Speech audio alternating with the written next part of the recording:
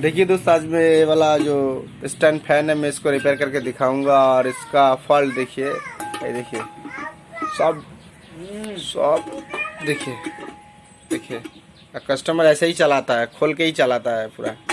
ये देखिए देखिए, इतना नहीं होना चाहिए। चलाते हैं, दिखते देखिए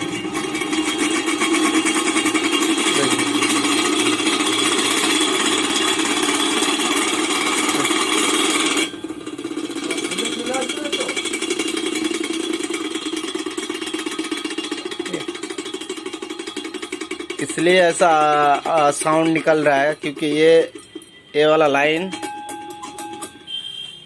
ठीक है। सैप देखिए, सैप मतलब कितना डिफरेंस से बाहर आ रहा है, अंदर जा रहा है, ठीक है। इतना ढीला है सैप, इतना ढीला नहीं होना चाहिए, ठीक है। इतना बाहर चला आ रहा है। चलो अब इसको खोल लेंगे और इसको रिपेयर करके देखेंगे।